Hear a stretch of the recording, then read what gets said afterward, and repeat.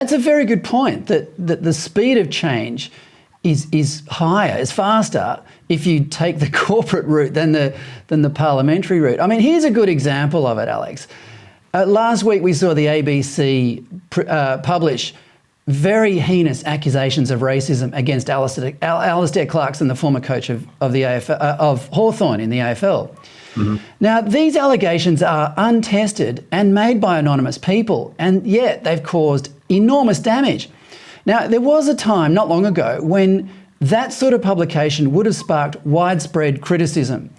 Why has nobody why have so few people in Australia, even in Canberra, stood up in defence of Clarkson's right for a fair go?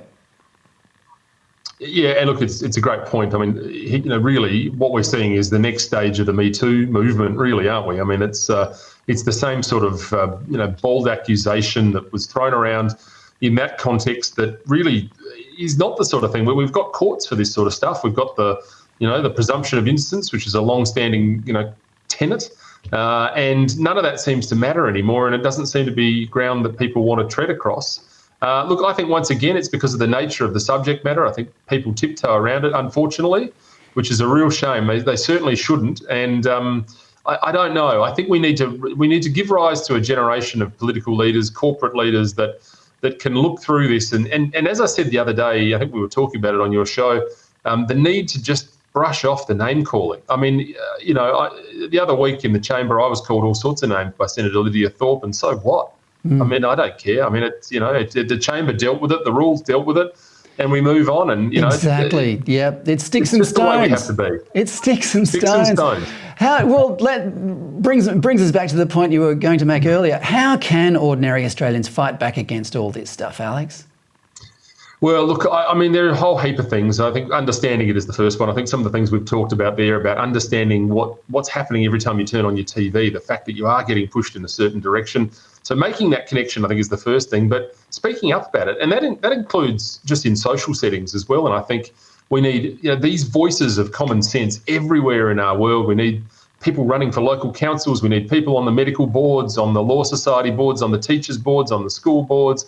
People need to get involved. And I've been saying for the longest time, my great hope is that people get involved in politics as well, because I think part of the issue has been that we have allowed the left to creep while we sleep in real terms. And Conservatives have got to get back involved with politics. And I say, we need to make sure that the Liberal Party is a great home for Conservatives, because the values are all right.